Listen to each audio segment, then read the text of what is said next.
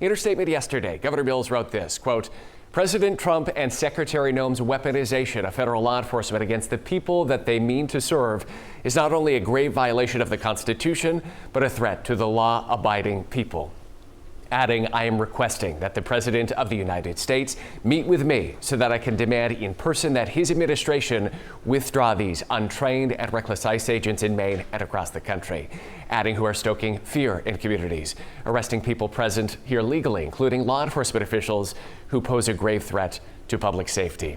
Governor Mills also writing a call on Congress to immediately bring Secretary Noem before them for a public hearing and cut off any further funding for ICE until their lawless tactics and dangerous behavior cease. There's a lot to break down in that statement. We did request an interview with Governor Mills about this. Her office did not respond to our invitation. Ethan and Phil, your reaction to the governor's statement. Ethan, let's start with you here. Yeah, good for her. This is really important that people start standing up much more strongly than they have in the past. You know, these ICE agents in Maine are not welcome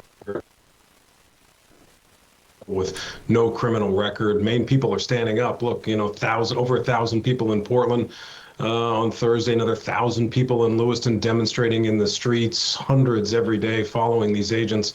Janet Mills doing the right thing, saying these ICE agents have to leave the state of Maine. I hope she gets stronger and stronger by the minute. You're going to get the meeting with President Trump, Ethan. Do you think that could happen? It would be their first face-to-face since that exchange that we saw last winter, right? No, yeah, it would be. I think there's a very slim chance that meeting would happen.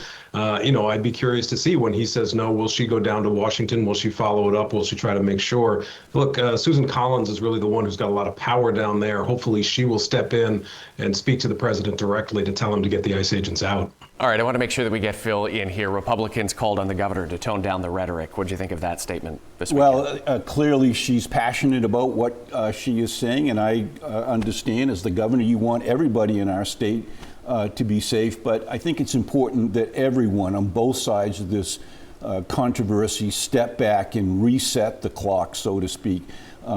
Clearly, people are anxious. People are afraid. We need a full investigation of what happened. It shouldn't be one side or the other. Let's have an independent investigation of the circumstances. And let's all understand that we're Americans and we're trying to enforce a law that the federal government has on the books. And we should find a way to cooperate with local and federal officials. And just real quick here, I just want to clarify, did you find any of the governor's comments, either that video statement that we saw earlier last week or what she wrote this weekend, did any of that cross the line for you? No, I don't think it crossed the line. She's been very consistent that ICE should not be in our state, yet the federal government is here to implement federal law, and it should be an opportunity for both sides to say, okay, how are we going to do this safely, rather than you go at it alone, federal government, local law enforcement officials are going to step aside and just watch it happen. That's not the way to make it work. Okay, we're going to hear more from both of you still to come in our program. We thank you both. The other major story that we've been following this week, ICE just removing all 50 of their detainees from the Cumberland County Jail. This came hours after the sheriff, Kevin Joyce, criticized the actions of ICE agents who detained one of his corrections recruits on Wednesday night. Leaving his car with the windows down, the lights on, unsecure, and unoccupied. They left it right on the side of the street. Folks, that's Bush League policing. Sheriff Joyce calling this a show of force, harshly criticizing the way ICE carried out the arrest of a corrections recruit who he claims passed the rigorous application process and was cleared to work in the U.S. until April of 2029. I'm a corrections officer at work in Cumberland County. I guess if you're not the card-carrying, U.S. citizen, then you must be illegal, because that's what they told me, is he's illegal. And he's definitely not a criminal. So what part of him is illegal? I don't know. Governor Mills speaking with reporters earlier Thursday, her first public remarks since ICE started this wave of enforcement action, calling it disruptive for Maine families and blasting ICE tactics, referring to agents as secret police.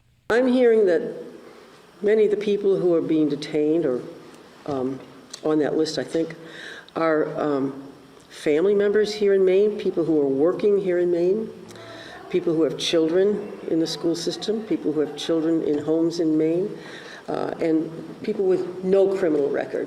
And that's concerning. A vastly different view from the Department of Homeland Security, officials claiming they're targeting, quote, the worst of the worst criminal illegal aliens. The agency midweek releasing photos of some of those who've been taken into custody. The agency claims they've been convicted on various charges from aggravated assault to endangering the welfare of a child.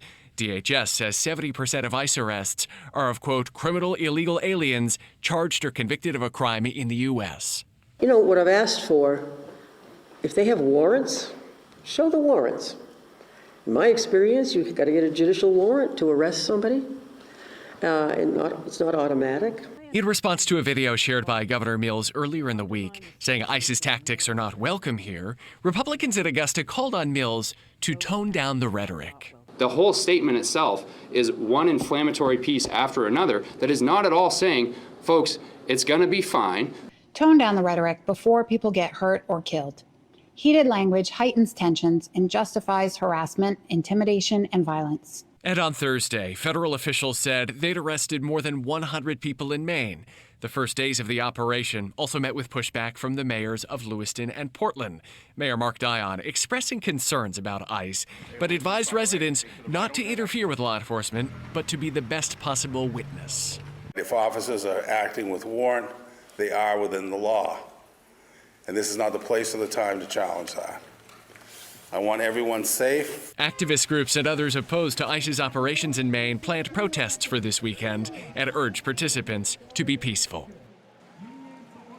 And a spokesperson for the Department of Homeland Security responding to those words from Cumberland County Sheriff Kevin Joyce, saying that his corrections recruit illegally crossed the southern border in 2019. They called his employment shocking, adding that they could not partner with an agency that, in their words, flagrantly violated our nation's immigration laws.